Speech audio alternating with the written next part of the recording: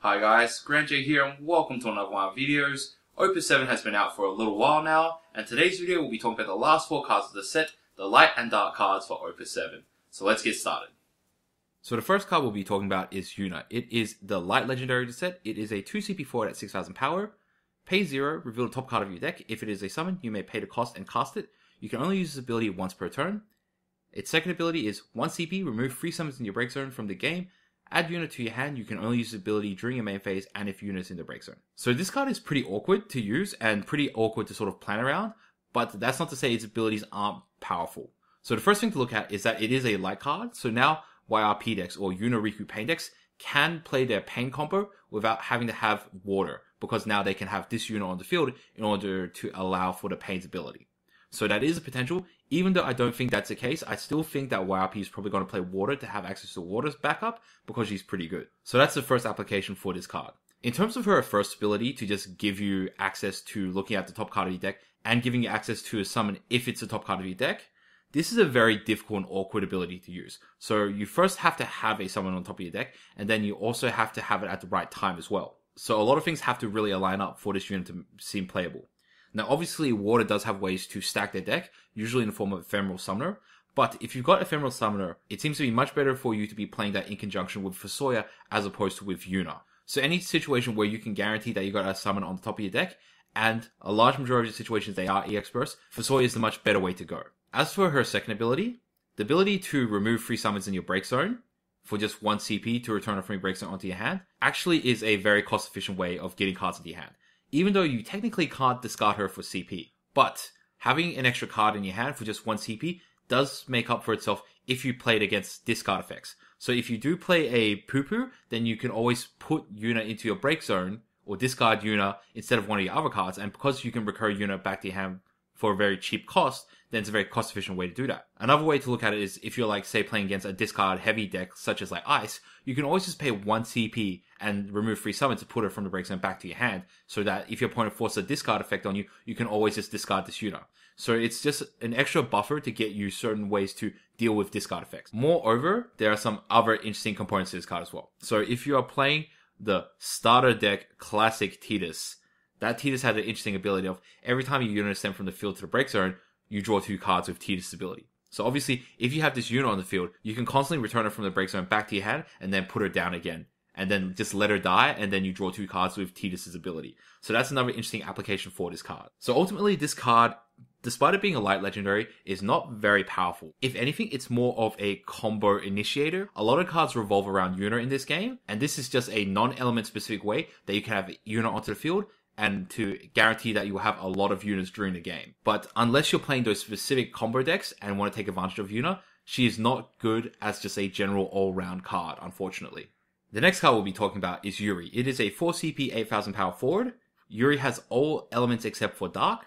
Dial a total of 3 active backups of the same element, or 2 active backups of the same element and Yuri. Select one of the 4 following options. Draw 1 card, choose on forward, deal it 4000 damage, choose on forward, dull it and freeze it, or choose on forward, lose all its abilities until the end of turn. So this is a extremely powerful control card. So any sort of situation where you do have your field advantage and your opponent isn't able to remove him, he's actually getting a lot of value every single turn.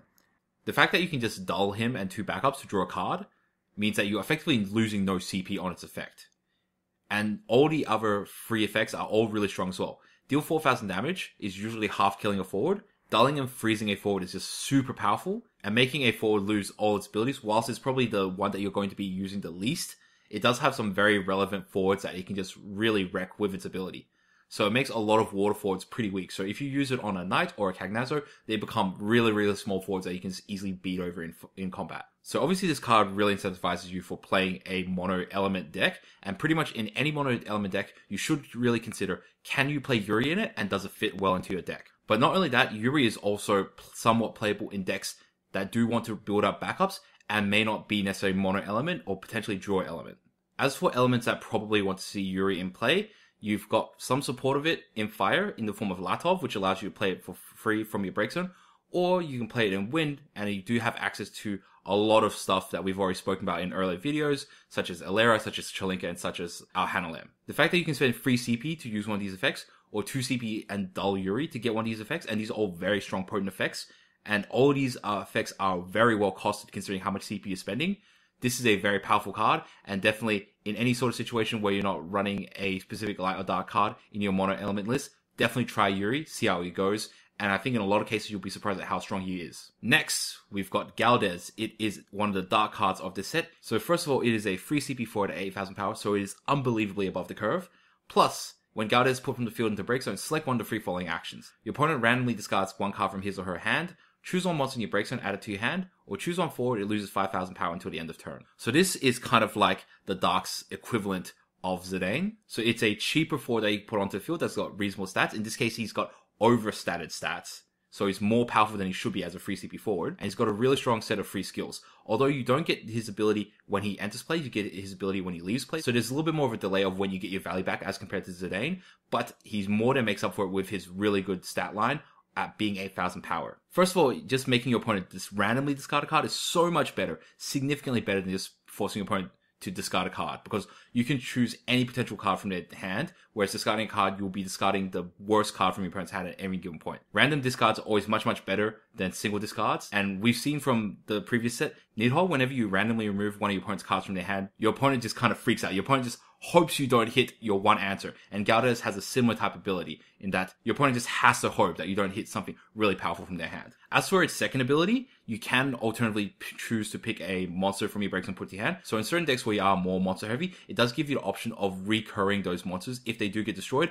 or if they're once off use monsters, it does allow you the access to play them again. So that's a pretty solid ability, and it is kind of the equivalent of Zidane's draw ability in that you're not really drawing a card, but you do get to pick up a monster, so you're getting one card up as well. As for its third ability, if you are in a situation where you don't have any monsters in your break zone and your opponent doesn't have to have any cards in hand, you're probably doing pretty well in the game. But if Galdes does die, you can just choose a forward to reduce his power by 5,000 power. So obviously in certain specific situations where you're playing Galdes and you have to play defensively, it's always great to have a situation where you can just neg 5 power to one of their guys. So generally that will kill one of the small type of forwards, but generally, if Galdes is fighting against something big, it allows Galdes to trade against larger forwards. And considering how Galdes is just a free CP forward, pretty much very few forwards your opponent can play will be able to outfight Galdes and not die. So overall, he's just like really good value. If you play the Ice backup True Chaspool, its ongoing ability is just give your Galdes plus 1,000 power, right? So all of a sudden you get a free CP 9k forward that has just one of 3 really good abilities when it dies as well. It just seems like stupidly good value in that situation. So unless you have any specific light or dark card that you must play over this seems like it's going to be the default dark card that's going to be played right now in the current meta game. He's just so good and he brings so much value to the field, and your opponent has to be so careful when they're trying to deal with him. And finally, the last card of the set is Sin. It is the dark legendary of the set. It is a 9 cost 9,000 power forward. When Sin enters the field, break all forwards and monsters other than Sin. Sin deals you 1 point of damage. Its S ability is Giga Graviton.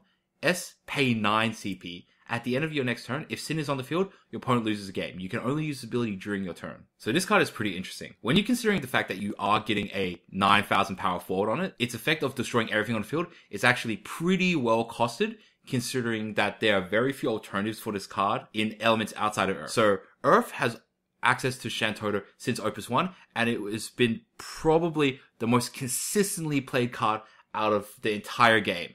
Every Earth deck has almost always played Shantoto, because paying 7 at any point to just wipe the board is good, right? Now, Sin obviously paying 9 CP to do it is less cost effective to do it, but it allows any element to do it. So if you're playing a deck that isn't locked to playing light cards, then having Sin available just means that you have that degree of insurance that you can always just wipe the board if you lose control. Not only this, but Sin also wipes monsters as well. So if your opponent is playing a specific control strategy where they are relying on their monsters, they are not safe from Sin's ability as well. So Sin is an absolute board clear for 9 CP. Even though you do receive 1 point of damage, generally that 1 point of damage is not nearly as much damage you probably received on following turns had you not blown up the field. So in general, unless your life is at literally 6 damage, Sin in those specific situations where you need to play it is always a solid play. Now as compared to Shantoto, this card also leaves you with a 9,000 power forward on the field. So not only do you just clear the field, but you also create a very strong forward on the field as well. So your opponent has to immediately deal with that. So in terms of cost value, it's definitely very solid. The biggest weakness of this card though is that it is 9 CP. So that's a lot of cards you have to have ready in order to put this card down. So if you have 3 backups, you need to discard 3 cards and tap 3 backups in order to put Sin onto the field. So it's actually a pretty big expenditure to wipe the board. And generally you won't have any cards or very few cards in hand when you do resolve this card. So it's definitely a very much emergency situ only type card. As for its special ability, this is a stupidly unrealistic ability to ever think that you're going to be able to resolve. But seriously, if you do resolve this, you obviously deserve to win. If you pay 9 TP to put this guy into play, wait until you get 9 TP again, which is almost impossible to do on the following turn, I think. And you happen to have the extra Sin in your hand to discard for its S ability, and then your opponent doesn't have a way to deal with it, you really deserve to win the game. Honestly, you do. Because you just dump so much CP and so many little pieces had to go right for this to occur, right? Not only that, you can't even use like monsters or any other sort of like forward type ability to try to protect Sin, because Sin destroys all monsters and all forwards on the field when it comes into play. So you literally only have the very few resources available in your hand after you play this card, and any cards that you draw on the following turn in order to protect this Sin. If you do trigger this off, you're paying a lot for potentially just nothing, by the way. Potentially, you can just do this and your opponent kills it. You've just paid 9 CP and you've probably lost the game. So if you do commit so many resources into such a big gamble and risk, and if your opponent can't find a way to kill Sin, then you deserve to win the game. But this is like the most epic of epic sort of like niche specific situations you're ever going to be in order to win a game. So realistically, you're never going to use this special ability. But if you do play Sin, you're most likely going to be playing Sin specifically in case you need board control, and Sin does that reasonably well, albeit at a kind of expensive cost. So if the game ever becomes more mid-rangey and you need more ways to deal with controlling the field, then Sin is definitely an option for you if you aren't locked to playing any other specific Light or Dark cards in your deck. So right now, in the current metagame, it doesn't seem too particularly strong because a lot of cards happen to be very cheap and very small, so you don't really get a lot of value for sitting them. But if the metagame does become a little bit slower, then definitely Sin is a card that we can see potentially seeing play. So guys, what do you think? Were there any cards that are overrated or underrated? What cards do you think that I might have missed something out on, or what cards do you think that I might have judged a little bit too harshly? Do let me know your thoughts and opinions in the description below. If you have any cool ideas, do feel free to share them as well. I do love hearing feedback from you guys. If you guys enjoyed this video, please feel free to like and subscribe. I'll be putting out a whole much more content about the Final Fantasy TCG in the near future. I hope you guys enjoyed. Until next time, Grand J out.